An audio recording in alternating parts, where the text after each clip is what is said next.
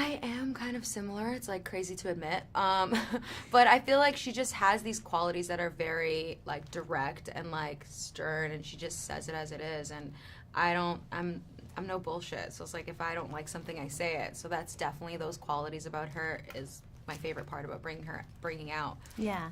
I didn't like, obviously, like she's kind of manipulative in that sense. Just a little bit. Yeah, just a little tad. Tad. That part I didn't like, but everything else was great. Yes. And have you yourself ever been in a situation like Tessa where she's like going through self-discovery, and I won't talk about the virginity part of it because that's your business. Like, have you lost your virginity? Are you?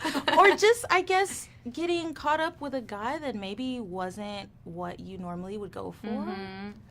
Yeah, all my exes. Every single one of those guys. No, for real though, like I feel like every single one of my failed relationships ended because they like literally cheated on me. Yeah. Like, so I totally get where Molly is coming from in a sense of like losing someone to another girl, and then also where Tessa's coming from where she's like, oh, like this guy, like I love this guy, but he's no good for me. So like, what do I do? Yes. But yeah, I totally relate to it.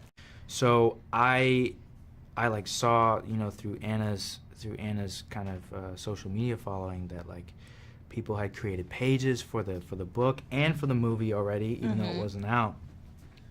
And some of the fans like got wind that I was, you know, in consideration for the role. They followed me, they messaged me. I was like, whoa, these people, They're loyal. They need to be like, you know, private eyes or something. Yes. Because it was, and it got to the point where I was actually like following their pages for like casting information or like, you know, I was curious like when are we gonna film or where are we filming or whatever, and they would like post updates of like. So you were going to them for updates. I was going to them for updates. While you guys were filming, did you ever feel like you resonated at all with Hardin or with Tessa? Have you ever been in love or in that situation before?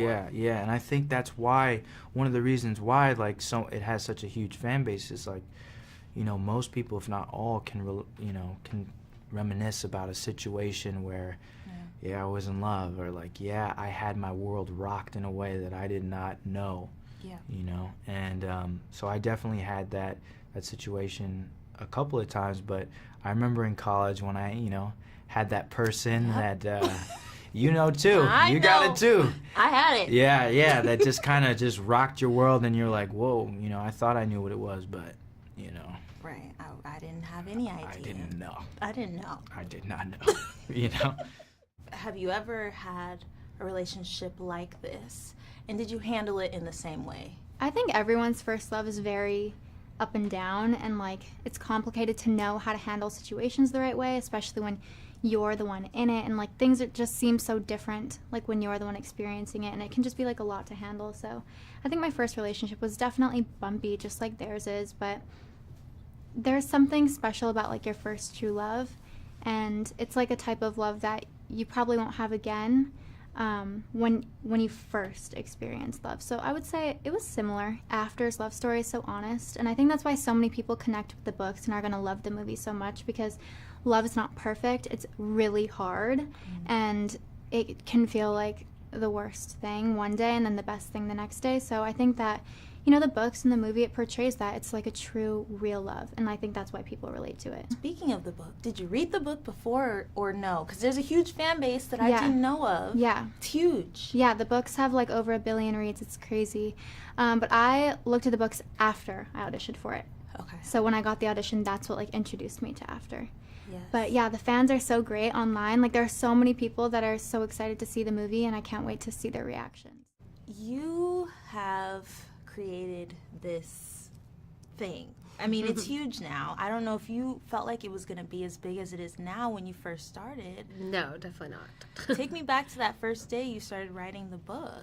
Yeah, it was mostly just to entertain myself. I wish I could say I've always wanted to be a writer and this was my biggest dream come true, but honestly, I never thought I was even capable of writing, especially an entire series of books. Yeah. So it just started as me being a reader, and I felt like I was reading the same kind of story over and over again, and I wanted something that was different. So I just did it to entertain myself until someone else wrote something. And then once I wrote the first chapter, it was like, like a flood almost. Yeah. And then I just kept going. Just kept going. Yeah. And how do you feel like this love story is different from all the rest that you've read in the past? I feel like in some ways every love story is the same. Even my favorite ones where you can find things that are kind of, it's like an action movie. There's only, you can interpret it your own way, but there's still things that are the same. But I feel like with After specifically, I didn't shy away from the conflict.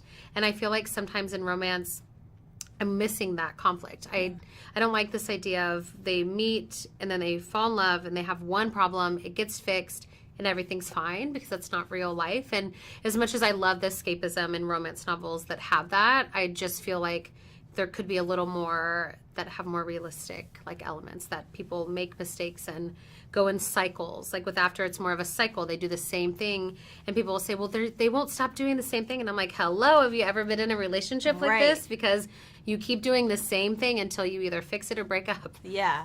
There comes a time at some point. It takes people longer. Yes, than yes. some.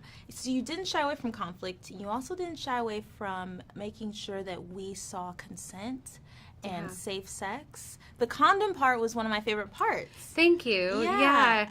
It's funny because when I was writing it on Wattpad, and every single time there's protection, every time they have sex, and there's more sex in the books, obviously, because it's longer. Yeah. But people would sometimes give me like slack, like, why did you always mention the condom? Or like Tessa having a period. Oh, she's on her period. I'm like, you're probably on your period. What do you mean? We can't write about people on their period or people using condoms? It's funny. We were talking about this morning how I didn't realize that I had never seen a condom in a romance before. And I've just assumed, I think mentally my mind kind of made up for the gap there. But it's a little scary that we're not showing condoms on TV because it's not, or film because it's not sexy or whatever the reason is. But especially with an audience like ours, it's really important to have consent, to have protection, even if it's not sexy. I feel like there's nothing sexier than a guy asking for consent with a condom. Yes. Agreed. 100%. Thank you.